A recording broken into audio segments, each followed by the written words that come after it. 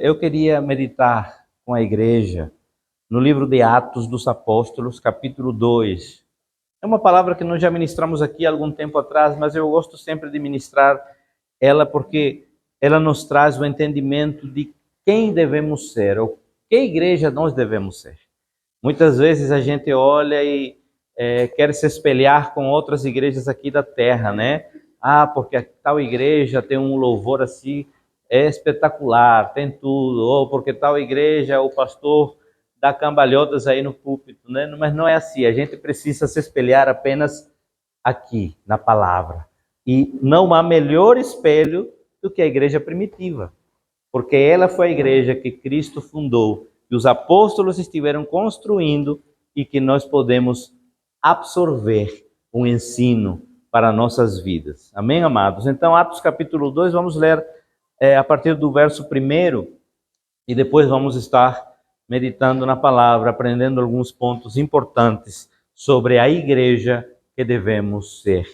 Então, diz assim a palavra do Senhor, sem mais delongas, Atos capítulo 2, verso 1. E cumprindo-se o dia de Pentecostes, estavam todos concordemente no mesmo lugar, certo? E de repente veio do céu um som como de um vento veemente, em outras versões fala impetuoso, né? Só impetuoso, e encheu toda a casa em que estavam assentados. E foram vistas por eles línguas repartidas como que de fogo, as quais pousaram sobre cada um deles. E todos foram cheios do Espírito Santo e começaram a falar noutras línguas, conforme o Espírito lhes concedia que falassem. E em Jerusalém estavam habitando judeus, homens religiosos de todas as nações que estão debaixo do céu. E quando aquele som ocorreu, ajuntou-se uma multidão e estava confusa, porque cada um os ouvia falar na sua própria língua. Aqui eu quero dar uma pausa e que você entenda. Existe aqui divergência por muitos teólogos e pastores e estudiosos da palavra, mas aqui fica claro que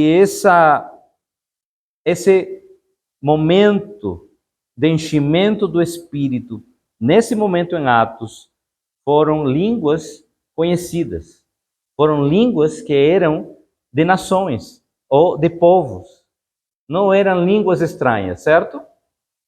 Ok? Então, vamos entender isso primeiro, para que a gente não possa, depois falar outras coisas que não estão na palavra. Então, essas línguas aqui são línguas conhecidas, ou seja, outras línguas. Por exemplo, alguém estava falando em português, mas de repente alguém falou em inglês, outro falou em francês, né, Pedro? E aí, cada um entendia conforme. Por quê? Porque os judeus, eles estavam espalhados pela terra. E cada um que estava espalhado, falava as línguas onde estavam, porque tinham nascido fora, E então, essas pessoas, estavam ouvindo a sua própria língua. Então, nesse contexto, as línguas que se falam aqui são línguas nativas, são línguas humanas, não são línguas celestiais nem angelicais, ok? Depois, se você querer tirar alguma dúvida sobre isso, pode me procurar pessoalmente que nós conversamos. E quando aquele som ocorreu, ajuntou-se uma multidão e estava confusa, porque cada um os ouvia falar na sua própria língua. Verso 7. E todos pasmavam e se maravilhavam, dizendo uns aos outros, pois que não são galileus todos esses homens que estão falando? Olha, se fosse nordestino, diria, oxente, não é esse rapaz não é nordestino e está falando em inglês? É porque o Espírito, ele age de uma forma que nós não podemos compreender. E quando ele quer agir, ele pode fazer você que não sabe nem um hi em inglês, falar o que ele bem entender, para que as pessoas que estão ouvindo entendam você. E já ouviram muitos testemunhos desses. Pessoas pregando na sua língua, mas o Espírito ministrava na língua nativa aos ouvintes. e ele fazia o que ele queria, porque ele é soberano. Então é isso. E aí as pessoas ficavam espantadas. Não são galileus todos esses homens que estão falando? Verso 8. Como, pois, os ouvimos? Cada um na sua própria língua em que somos nascidos? Partos e medos, elamitas e os que habitavam na Mesopotâmia, na Judeia, na Capadócia, Ponto e Ásia, na Frígia e Panfilha, Egito e partes da Líbia, junto a Cirene, e forasteiros romanos, tanto judeus como prosélitos, cretenses e árabes. Olha a quantidade de nações que estavam reunidas naquele momento. Todos nós temos ouvido em nossas próprias línguas falar das grandezas de Deus. Sabe uma coisa? Quando Deus quer usar para falar dele, da sua grandeza, ele faz como ele quer. Verso 12. E todos se maravilhavam e estavam perplexos, dizendo uns para os outros: que quer isto dizer? E outros, zombando, diziam: estão cheios de mosto. Ou seja, encheram a cara de vinho. Pedro, porém, pondo-se em pé com os 11, ou seja, com os outros apóstolos, levantou a sua voz e disse-lhes: homens judeus, e todos os que habitais em Jerusalém, seja-vos isto notório, e escutai as minhas palavras. Esses homens não estão embriagados, como vocês pensais, sendo a 3ª hora do dia, ou seja, eram 9 horas da manhã. Mas isto é o que foi dito pelo profeta Joel. Olha o que Pedro vai trazer à tona, aquilo que está escrito no Antigo Testamento. E nos últimos dias acontecerá, diz Deus, que do meu Espírito derramarei sobre toda a carne, e os vossos filhos e as vossas filhas profetizarão, os vossos jovens terão visões, e os vossos velhos sonharão sonhos.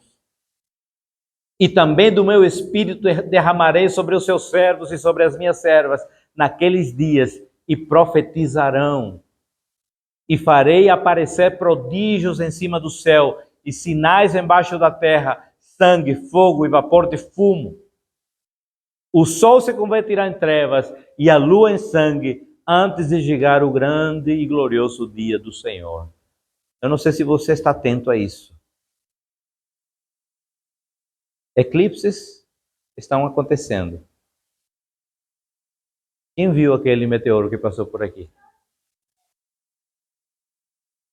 Sinais. São sinais. E às vezes a gente fica dormindo para os sinais. Às vezes a gente acha que está muito longe. Nós precisamos estar atentos, porque o grande dia do Senhor está perto. É por isso que o profeta diz: olhe, quem está puro, purifique-se mais. E quem está sujo, suje-se mais. Precisamos nos purificar. Precisamos buscar o Senhor. Verso 21. E acontecerá que todo aquele que invocar o nome do Senhor será... Mas quem será salvo? Aquele que invocar o nome do Senhor. Sabe o que significa invocar? Invocar quer dizer que você está trazendo à existência na sua vida o nome do Senhor. Não é apenas dizer: ah, Senhor, oh Jesus, não é pronunciar. É diferente pronunciar do que invocar. Invocar é trazer à existência a vida de Cristo na sua vida. Isso que é invocar. Aquele que invoca, aquele que diz: olha, Cristo vive em mim agora. As coisas que eu vivia antigamente na carne já passaram. Eis que surgiram coisas novas. Isso que é invocar. Então, e acontecerá que todo aquele que invocar o nome do Senhor será salvo. Verso 22. Homens israelitas, escutai essas palavras. A Jesus Nazareno, homem aprovado por Deus entre vós, com maravilhas, prodígios e sinais que Deus por ele fez no meio de vós, como vós mesmos sabeis, bem sabeis. A este que vos foi entregue pelo determinado conselho e presciência de Deus, prendeste, crucificaste e mataste pelas mãos do injusto, ao qual Deus ressuscitou, desfazendo as dores da morte, pois não era possível que fosse retido por ela. Olhe que profundo é isso. Cristo ele morreu por nós, com dores de morte, mas a morte não podia retê-lo. Verso 25, porque dele disse Davi, sempre via diante de mim o Senhor, porque está à minha direita, para que eu não seja abalado. Por isso se alegrou o meu coração e a minha língua exultou, e ainda a minha carne há de repousar em esperança. Pois não deixarás a minha alma no inferno, nem permitirás que o teu santo veja corrupção. Fizeste-me conhecidos os caminhos da vida, com a tua face me encherás de júbilo. Vamos pular agora para o 36 rapidinho.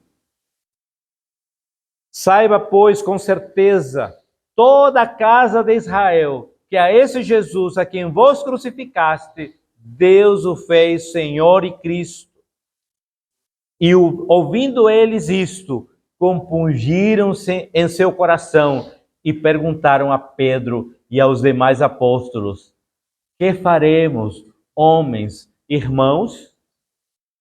E disse-lhes Pedro: arrependei-vos e cada um seja batizado em nome de Jesus Cristo em remissão de pecados e recebereis o dom do Espírito Santo. Porque a promessa vos diz respeito a vós e a vossos filhos e a todos os que estão longe e a tantos quanto Deus, o nosso Senhor, chamar. E com muitas outras palavras, isto testificava e os exortava, dizendo: salvai-vos desta geração perversa. De sorte que foram batizados os que de bom grado receberam a sua palavra, e naquele dia agregaram-se quase 3.000 almas. Olha aí, existe na palavra maior momento de avivamento do que esse? Não. Porque quase 3.000 homens, quase mais de 3.000 pessoas com certeza.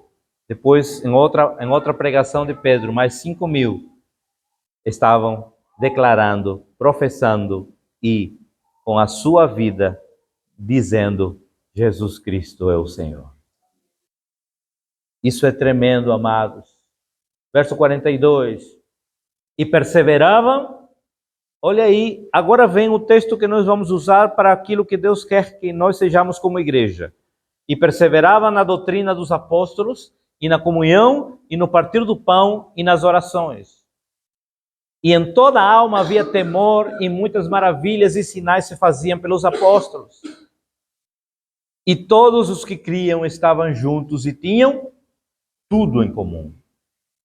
E vendiam suas propriedades e bens e repartiam com todos, segundo a cada um havia de mister. E perseverando unânimes todos os dias no templo e partindo pão em casa, comiam juntos com alegria e singeleza de coração, louvando a Deus e caindo na graça de todo o povo.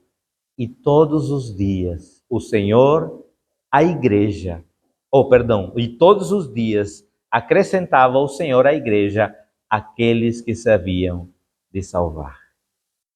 Sabe o que quer dizer isso?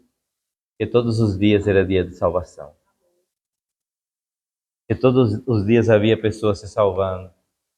Mas tudo isso acontecia por um motivo só. Primeiro, por pura graça de Deus.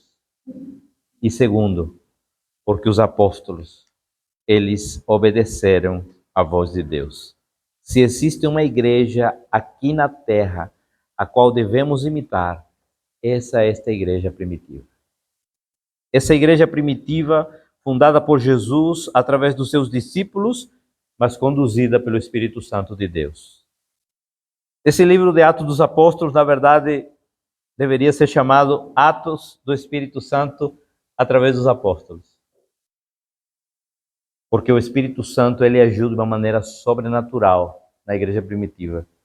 E nós precisamos compreender que, como igreja, se não formos conduzidos pelo Espírito Santo de Deus, nós estamos caindo no erro de muitas outras igrejas que apenas iniciaram e depois terminaram, como veremos em outra oportunidade as igrejas do Apocalipse. E nós hoje fomos chamados para ser uma igreja que possa prevalecer até o fim. Então vamos ver nessa oportunidade rapidamente algumas marcas, enquanto igreja, que nós precisamos imitar. Vocês viram aqui no início, Atos dos Apóstolos, então, nos deu esse entendimento de como iniciou a igreja. Os apóstolos estavam reunidos, eram mais ou menos 120 homens reunidos num lugar alto, orando, clamando, buscando, porque o Senhor tinha dito: olha, vocês vão receber poder ao descer sobre vós o Espírito Santo, mas permaneçam na cidade e busquem a oração. Vai acontecer isso, vai, mas vocês precisam permanecer. Entenda uma coisa, há tempo para todas as coisas. Naquele momento que Jesus, ele foi assunto aos céus, ele já tinha ressuscitado, ele já tinha se mostrado para os seus discípulos, ele vem e disse assim: meus filhos, olha, agora vocês precisam permanecer. E aqui vai a primeira, não é a primeira marca, mas é a primeira lição que nós precisamos extrair como igreja. A primeira coisa que nós precisamos fazer como igreja é permanecer em oração. Porque nada do que a gente às vezes quer fazer, mas olha, temos que evangelizar, temos que correr, temos que fazer isso, aquilo. Sim, mas a primeira coisa que nós precisamos é orar para ser cheios do Espírito Santo. Porque se nós sairmos daqui cheios de nós não vamos ganhar uma alma. Nós vamos perder muitas almas. Porque vamos querer fazer segundo a nossa vontade. E não é segundo a nossa vontade, é segundo a vontade do pastor supremo da igreja. E quem é o pastor supremo da igreja? É o Espírito Santo de Deus. É por isso que nós precisamos entender, amados, que a primeira coisa que a igreja tem que fazer é se aquietar. Nesse ano, vocês sabem, é o ano de alinhamento. Então, é o ano em que nós decidimos nos aquietar.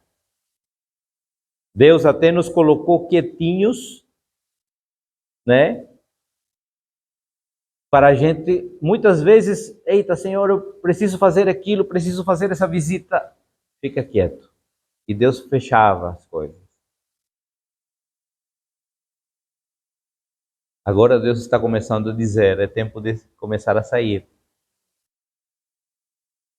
Por quê, amados? Porque se eu fosse fazer alguma coisa sem a orientação dele, eu iria na carne e eu iria apenas afastar ou então não fazer bem aquilo que ele pode fazer melhor do que eu.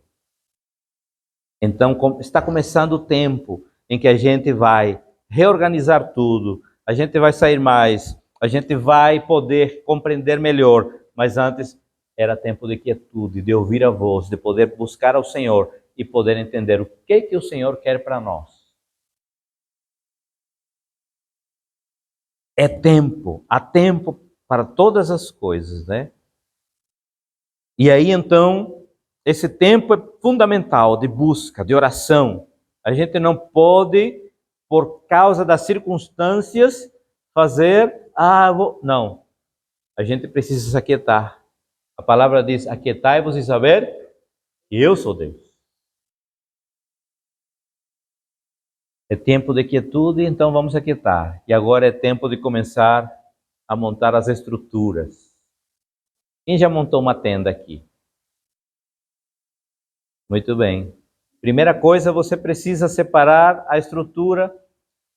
Você precisa começar a montar a estrutura pouco a pouco. Depois vai colocando a tenda, que é, né, a cobertura, e assim vai. Então, há tempo para todas as coisas, amados. Se tem alguém aqui paciente, graças a Deus, sou eu. Deus me deu essa paciência. E graças a Deus por isso, né? Ele conhece o meu coração, ele sabe, Talvez se fosse outro não teria feito isso, mas esse rapaz vai aguentar.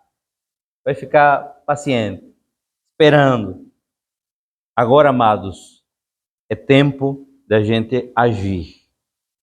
Estamos concluindo esse primeiro semestre do ano e vamos iniciar agora a estruturação daquilo que Deus tem para nós. Esteja orando por isso. Eu quero compartilhar isso aqui para que você esteja orando, para que você seja canal de bênção, para que você seja essa resposta de oração e para que você também nos ajude estruturando esta obra, ou reestruturando esta obra. E agora vamos ver então as marcas de uma igreja. Começamos a ver então no verso 42 que os apóstolos, eles perseveravam na doutrina. E sabe, uma das maiores e principais marcas justamente da igreja primitiva era o zelo pela palavra de Deus. E esse zelo não pode ser perdido por nós. Falávamos domingo passado, nós não estamos correndo atrás de profetadas, não. Nós queremos correr atrás da verdadeira palavra que é a profecia para nossas vidas. Existe hoje muita facilidade de você pesquisar aí no YouTube, no Instagram, no Facebook, em tantas coisas. Mas vou dizer uma coisa, você pode, e recomendo que você escute pessoas como Hernandes Dias Lopes, pessoas que têm uma vida e uma palavra boa, não qualquer um que está se aventurando a falar qualquer besteira. Mas antes disso, procure aquilo que está na palavra. Porque a gente às vezes corre tanto para querer escutar qualquer coisa e termina esquecendo que na sua casa você tem uma fonte inesgotável de vida e de conselhos bem-sucedidos para tudo.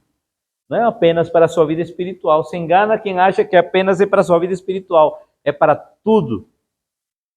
Domingo passado nós falamos sobre isso, o livro da sabedoria do Novo Testamento. Tiago é um livro excelente para a sua vida. Ele começa falando da vida, da sua vida pessoal, né? A sua língua, mas também daquilo que você precisa fazer com seus planos. Não diga, eita, amanhã eu vou fazer isso e aquilo. Aí Tiago diz, olha, você não sabe nem o que vai acontecer com você amanhã. A sua vida é como uma neblina. Hoje está aqui e amanhã se dissipa. É por isso que o salmista disse consagre, né? O salmista não, perdão. O sábio Salomão disse consagre todos os seus planos ao Senhor. É isso que nós precisamos entender. Então, primeira marca é zelo pela sua palavra. Os apóstolos, eles perseveravam na doutrina. Sabe o que significa perseverar? Talvez um termo mais atual é resiliência, né? É ser resiliente na palavra. É você não desistir de meditar na palavra de dia e de noite, de estar na palavra. Olhe, eu adotei um método assim, um pouquinho mais eficaz, no sentido de muitas vezes não posso, eu coloco o fone de ouvido e escuto a palavra. E às vezes estou no trabalho, em vez de ficar escutando tanta besteira que falam, eu boto aqui o fone de ouvido e escuto a palavra. E aí é importante isso. Só que a gente às vezes perde tempo e escuta outras coisas. Nós precisamos perseverar na doutrina dos apóstolos, na palavra, no fundamento. Sem fundamento, nós seremos levados por qualquer vento de doutrinas humanas. Vem a filosofia, vem o humanismo, o hedonismo, e aí você é levado. Não porque, eu sou o centro. Só se for o centro da desgraça, né? Porque a gente não é centro de nada. O centro de tudo tem que ser Cristo. Se Cristo não for o centro, e eu querer ser o centro das atenções, estou perdido. Cristo tem que ser o centro. Cristo tem que prevalecer. Cristo tem que mandar na minha vida. Cristo tem que ser evidente na minha vida. Cristo é o centro de todas as coisas. E terceiro, pela sua palavra nos ensina isso.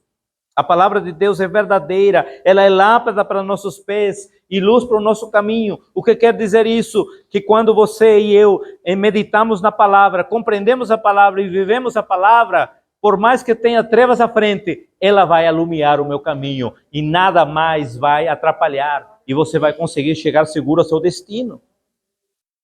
Isso que quer dizer. Agora, se você esquece a palavra e você quer caminhar num caminho de trevas, me desculpe a palavra aqui, talvez seja um pouco chula, mas me desculpe, você vai se lascar. Agora, isso depende de você. Você que vai escolher. Eu estou lhe alertando como pastor aqui. O que você deve fazer? Agora, se você prefere cair e voltar a cair e viver uma vida de queda na sua vida, em vez de você entender que com a palavra você tem aqui uma lâmpada na qual você pode iluminar o seu caminho, e viver a sua vida sem tombos e barrancos, olhe, tenha certeza que você vai chegar ao seu destino. Por mais que venha, vai vir tempestades, vai vir ventos fortes, vai vir, como chegou ontem, né, a trovoada, antes de ontem, né? Mas você está seguro, por quê? Porque você sabe, quem cuida de você, ele protege você. Segunda marca é a perseverar nas orações. Já tínhamos falado isso antes. A igreja primitiva, ela perseverava, ela era resiliente nas orações, ela vivia orando. Não era quarta-feira só. Não era só no domingo de manhã. Era todos os dias. Olha aí, perseverava na doutrina dos apóstolos e na comunhão e no partir do pão e nas orações. Verso 43. Em toda a alma havia temor e muitas maravilhas e sinais se faziam pelos discípulos, né? Então, era diária, a vida de oração era diária. Atos 1:14. Todos estes perseveravam unanimemente em oração e súplicas com as mulheres e Maria, mãe de Jesus, e com seus irmãos. Olha aí o que diz depois, Atos 3:1. E Pedro e João subiam juntos ao templo na hora da oração, hora nona. Atos 4:31. E tendo orado, moveu-se o lugar em que estavam reunidos e todos foram cheios do Espírito Santo e anunciavam com ousadia a palavra de Deus. Atos 6:4. Mas nós perseveraremos na oração e no ministério da palavra. Atos 12:5. Pedro, era guardado na prisão, mas a igreja fazia contínua oração por ele a Deus. Atos 13, de 1-3. E na igreja que estava em Antioquia haviam alguns profetas e doutores, a saber, Barnabé e Simeão, chamado Níger, e Lúcio, Cirineu e Manaém, que fora criado com Herodes, o tetrarca, e Saulo. Verso 2. E servindo eles ao Senhor e jejuando, disse o Espírito Santo: apartai-me a Barnabé e a Saulo para a obra que os tenho chamados. Verso 3. Então, jejuando e orando e pondo sobre eles as mãos, os despediram. Você e eu queremos uma igreja missionária? Queremos ser uma igreja missionária que envie missionários, que abra campos, que vá para a Espanha, que vá para a França, que vá para outros lugares? Precisamos orar e jejuar. A gente não pode apenas, porque eu quero, olha, meu sonho é ser missionário no país de Gales. Eu preciso orar e jejuar. Porque você não imagina a luta espiritual que há travada para que a obra não avance. Então, oração e jejum era fundamental na igreja primitiva. Atos capítulo 16, verso 25, perdão. E perto da meia-noite, Paulo e Silas oravam e cantavam hinos a Deus, que os outros presos escutavam. Eles estavam na prisão, mas estavam fazendo o quê? O quê? O quê? Orando. Não estavam resmungando. Mas rapaz, olha, eu estou aqui preso por conta de Jesus. Não, eles estavam orando e cantando. Atos capítulo 20, verso 36. E havendo dito isto, pôs-se de joelhos e orou com todos eles. Atos capítulo 28, verso 8. E aconteceu estar de cama enfermo de febre e disenteria, o pai de Públio, e Paulo foi ver, e havendo orado, pôs as mãos sobre ele e o curou. Olha, se você olhar para toda a igreja primitiva, para toda a história da igreja primitiva, em Atos dos Apóstolos, aquilo que conduzia a igreja era a oração. Oração. Precisamos perseverar em oração, amados. A igreja de Cristo precisa ser uma igreja que tenha uma vida de oração constante. Sem oração, a gente não vai conseguir ver aquilo que Deus, ou ouvir, perdão, aquilo que Deus tem para nossas vidas. Terceira marca é viver em comunhão, versos 42 a 46, nós vamos ver, 44 a 46 do capítulo 2 de Atos, nós vamos ver isso. E todos os que criam estavam juntos e tinham tudo em comum. Olha, estar junto não quer dizer que você vai concordar 100% com o que seu irmão pensa. Estar junto quer dizer, olhe, Adam, por mais que nós tenhamos, até por conta das nossas gerações ser diferentes, alguma divergência, mas, Adam, o nosso alvo é Cristo.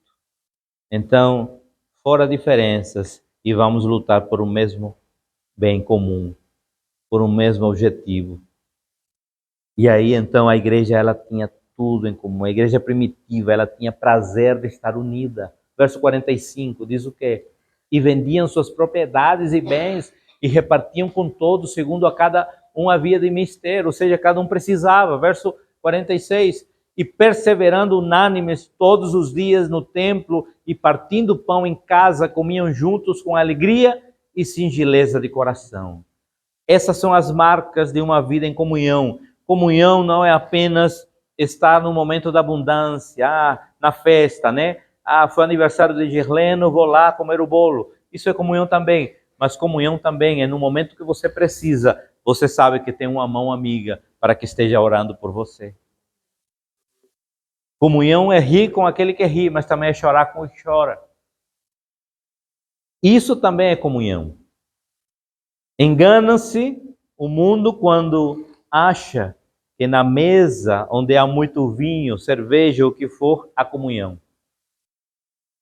Quem já passou por isso sabe que quando acaba vinho, quando acaba cerveja e os comes e bebes, a comunhão acaba também. Isso não é comunhão. Isso apenas é um momento onde as pessoas estão se divertindo, pseudo-divertindo. Porque depois, no dia seguinte, vem a ressaca que é horrível. Para quem já passou e sabe, né?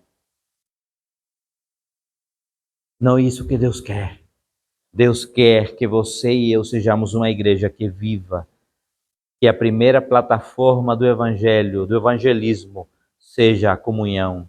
As pessoas de fora, elas precisam ficar atraídas quando olham para a unidade da igreja. As pessoas de fora, elas têm que olhar e ver assim, olha, realmente eu vejo nessa igreja que há uma unidade, que há comunhão.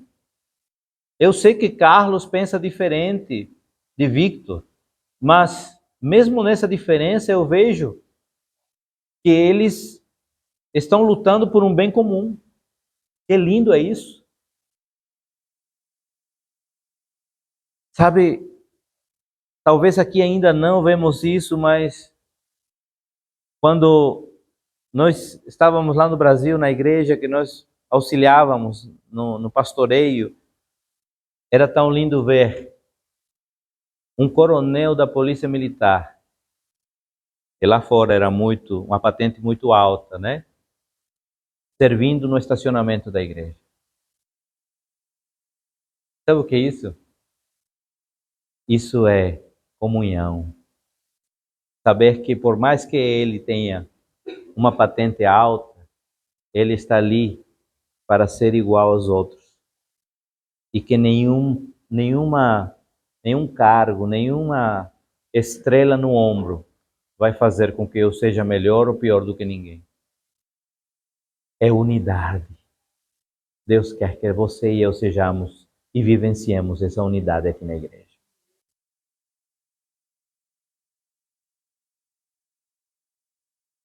Verso 43, ele vai também nos trazer um entendimento. E em toda a alma havia temor, e muitas maravilhas e sinais faziam-se pelos apóstolos. Olha, ter temor a Deus, ele é importante. E não devemos confundir temor com medo. É diferente. O medo é pavor. E temor é sentimento de respeito e reverência. Deus não quer impor um medo, um pavor sobre a sua vida.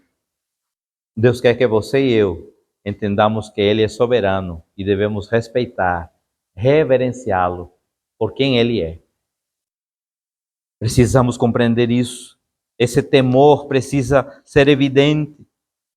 E aí precisamos ser uma igreja que seja reverente. Por isso é que eu digo, amados, nós entendemos que há crianças na igreja e entendemos quando há choro, tudo. Mas nós precisamos entender também, quando elas forem crescendo, entender que esse lugar é consagrado ao Senhor. E que elas não podem fazer qualquer coisa aqui. Aqui há uma liberdade, sim, para que os nossos filhos possam partilhar. Eles sobem aqui no púlpito para que eles possam entender que esse lugar também futuramente vai ser usado por elas. Mas elas não podem agir com descaso nesse lugar. Nós precisamos ensinar isso. Jonathan sabe disso. Quando ele era criança, Célia disse, você fala tanto de Jonathan, coitado. Mas é um exemplo que eu preciso dar. Por quê? Porque muitas crianças na igreja que nós pastoreávamos lá, corriam, subiam, davam cabelota no púlpito. Quando o Jonathan queria imitar, eu só olhava para ele. Olhava assim, ele já olhava, baixava a cabeça e sentava do meu lado. Porque isso não é que ele tenha medo, mas é que ele entendia, meu filho, isso aqui é do Senhor. Isso aqui é um lugar, não é que esse aqui é santo dos santos, né? Porque se fosse o santo dos santos já estava fulminado aqui, todo mundo. Não é verdade? Mas é que esse aqui é consagrado e tem um propósito. Eu não posso fazer desse aqui qualquer lugar, não. Esse aqui é um lugar consagrado ao Senhor. E a gente tem que ensinar isso aos nossos filhos. Nossos filhos têm que crescer com esse respeito, com essa reverência. Por isso não posso, porque meu filho é pequeno, ele pode fazer qualquer coisa. Não. Ele precisa ser ensinado desde pequeno a que esse lugar é santo, a que esse lugar é consagrado, a que esse lugar merece um respeito. Por quê? Porque nós estamos prestando culto a um Deus santo, soberano. Então é nesse sentido que a gente precisa ter essa reverência. Quinta marca. Verso 43 também diz assim, olha, havia temor em cada alma e muitas maravilhas e sinais faziam-se por meio dos apóstolos. Olha, experimentar a presença de Deus é também experimentar a presença da intervenção extraordinária de Deus. Muitas maravilhas e sinais eram feitos pelos apóstolos. A igreja primitiva experimentou grandes milagres.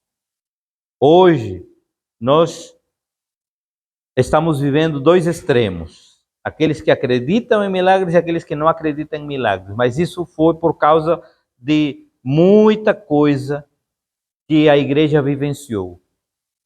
Até pseudos milagres, que muitas igrejas, lamentavelmente, hoje forjam para trazer rating ou ibope. Não é isso que Deus quer. Deus é um Deus verdadeiro. Ele pode curar, Ele pode libertar. Olha, eu já vi algumas coisas que são extraordinárias.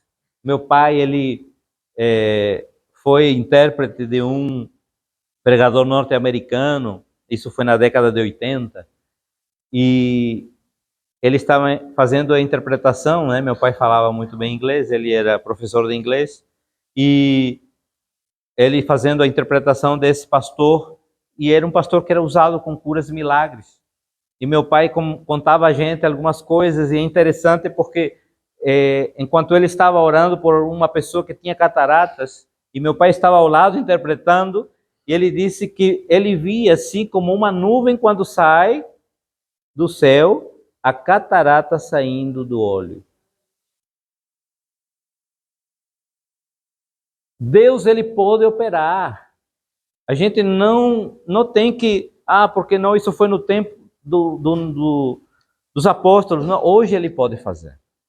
Agora, não podemos incorrer no erro de dizer, eu determino Deus, você faz. Quem é você para determinar as coisas a Deus?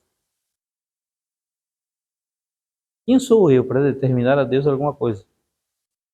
Porque se ele determinar que eu seja exterminado, já estou fora daqui desse mundo. Agora, posso orar. Senhor, se for da tua vontade, faz isto. Traz essa cura. Traz essa restauração. Segunda-feira nós fomos lá em Vigo visitar a irmã Maria, no hospital. E antes já tínhamos orado aqui como igreja no domingo, né? Lembram? Graças a Deus ela está melhor. Já saiu do hospital? Ainda não. Porque aqui só sai quando terminar o tratamento, e é correto, né? Está com antibiótico ainda. Então, amados, a resposta de Deus, ela não necessariamente vai ser sobrenatural. Às vezes Deus vai abrir a porta num hospital, num tratamento médico. Às vezes Deus vai abrir a porta através de um trabalho. Às vezes Deus vai abrir a porta através... Mas muitas vezes a gente quer apenas se atingir no sobrenatural. Não. A gente tem que ouvir a voz de Deus. E Deus vai fazer. Então Deus pode fazer uma intervenção extraordinária, mas também Deus pode abrir uma porta que para você era fechada, mas Deus abriu. E se Deus abriu, isso é um milagre. Mas existe um milagre que é o maior milagre que eu sempre falo aqui. Sabe qual é esse milagre? A tão grande salvação. Esse é o maior milagre que o ser humano pode experimentar. Não existe outro igual. Esse é o maior milagre que você possa vivenciar. Uma cura, afinal, amados, de alguma coisa a gente precisa partir desse mundo. Às vezes, né, Célia e minha mãe dizem que eu sou muito seco e realista, né? Mas é verdade, a gente às vezes, né, porque de alguma coisa a gente vai ter que partir. E eu sempre peço ao Senhor igual ao meu pai, só não quero sofrer muito. Se for, é de uma vez. Nem dar trabalho a ninguém, nem também ficar sofrendo, como tantas pessoas sofrem. Então nós precisamos compreender, amados, que vamos experimentar isso sim. E nós acreditamos em milagres, acreditamos como igreja, mas também acreditamos que o maior milagre que o ser humano pode experimentar chama-se a tão grande salvação. Não há outro maior do que esse. Sexta marca, ter alegria ultra circunstancial. Verso 46. E perseverando unânimes todos os dias no templo, partindo o pão em casa, comiam juntos com alegria e singeleza, sinceridade de coração. Ora, olha, esse era um tempo de perseguição, era um tempo de prisão, era um tempo de morte. Lembrem-se que a perseguição naquele momento era muito clara. É tanto que o próprio Paulo nesse tempo era perseguidor e depois se tornou perseguido. Quantos lembram isso? Então era tempo de perseguição, de morte, de prisão. Estevão foi o primeiro mártir da igreja. Mas aí a igreja era uma igreja alegre. Ela não dependia das circunstâncias para viver alegria. Ela sabia que a alegria do Senhor é a nossa força. A igreja sabia que independente daquilo, da circunstância, da economia, do cenário internacional, se a guerra na Ucrânia, precisamos estar felizes e alegres no Senhor. É isso que nós devemos. Tem uma frase que todos os dias eu escuto, né? Porque vocês sabem que eu atendo, né, as pessoas, sou caixa e aí, tudo bem? Como é que geralmente o português responde? Vai andando. Tem que ser. Ou, se não for, empurra-se. Né? Então, assim, muitas vezes acontece isso e eu quero, às vezes, tento na conversa mudar esse panorama, dizer, olha, porque muitas vezes, né, a pessoa diz, não, hoje não tá bom, hoje tá chuva. Aí eu digo, mas não acordou viva? Não acordou vivo? Aí ela olha assim para mim e foi. Então, é um dia bom, é um bom dia. E eu tento passar esse bom ânimo para as pessoas, até para mudar o meu próprio dia, porque às vezes chega cada patada, né? A gente precisa mudar o dia das pessoas para quê? Para que você também possa mudar o seu dia. E aí a gente vai, porque não depende, olha, a minha alegria, ela não deve depender da resposta que eu levei, não deve depender daquilo que fizeram comigo, não. A minha alegria está no Senhor. Bom dia, olhe, sempre com alegria, porque a nossa alegria como igreja tem que ser ultra circunstancial, independente das circunstâncias. Apesar das circunstâncias, a igreja de Cristo tem que ser uma igreja alegre, que emana essa alegria, não nossa, mas do céu. Sétima marca, perdão. Viver um culto contagiante. Verso 47, olha aí o que diz. Louvando a Deus e caindo na graça de todo o povo. E todos os dias o Senhor acrescentava aqueles que se haviam de salvar. O culto precisa ser esse momento de celebração, de adoração. O nosso culto precisa ser esse momento. Quantos aqui já foram para um enterro? Quase todos, né? Quase todos já foram. Quantas vezes você vê que o culto parece um enterro? Você chega assim, está todo para baixo. Olhe, a cruz está vazia. Ele ressuscitou. Isso não é um enterro.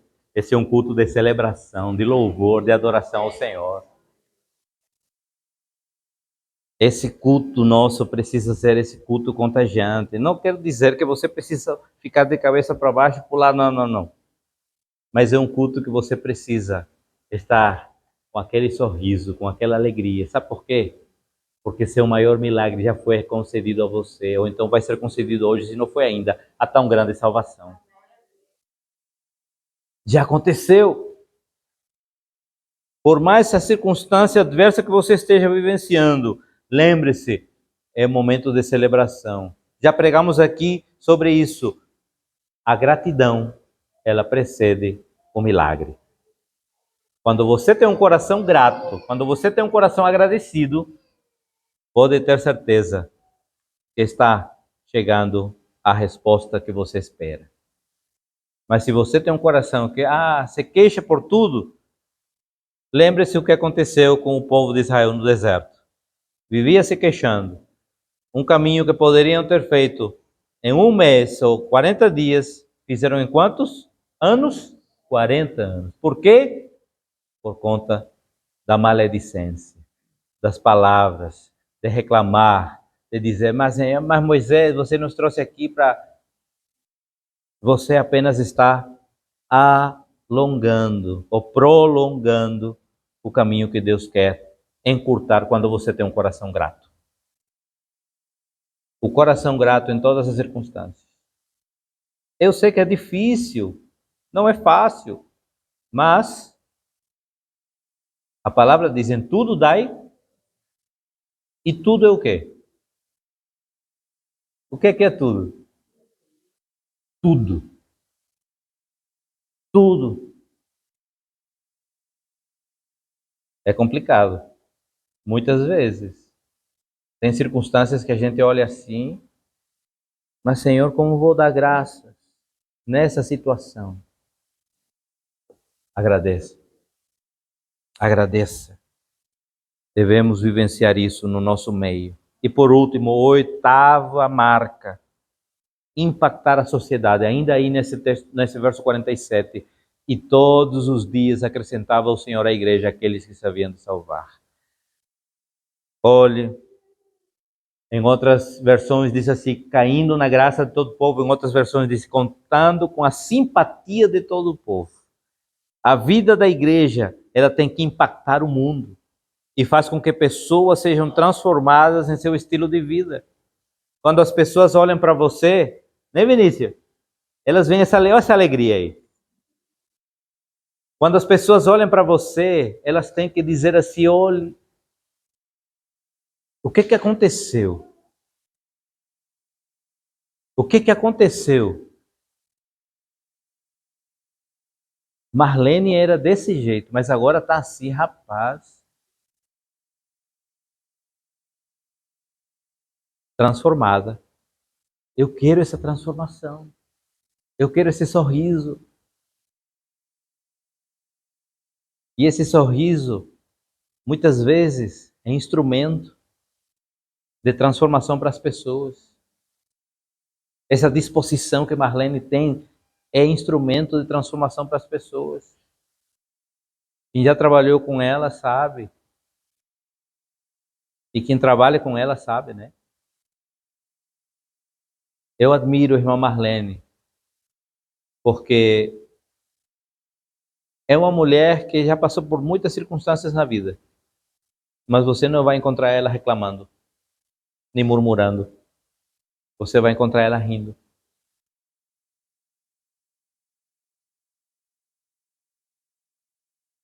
É Deus que era assim. E Deus é a alegria dela. E Deus quer que a gente seja assim. Então, nós devemos impactar a sociedade com a nossa vida e como igreja. Deus quer uma igreja que viva isso, essa essência na sua vida.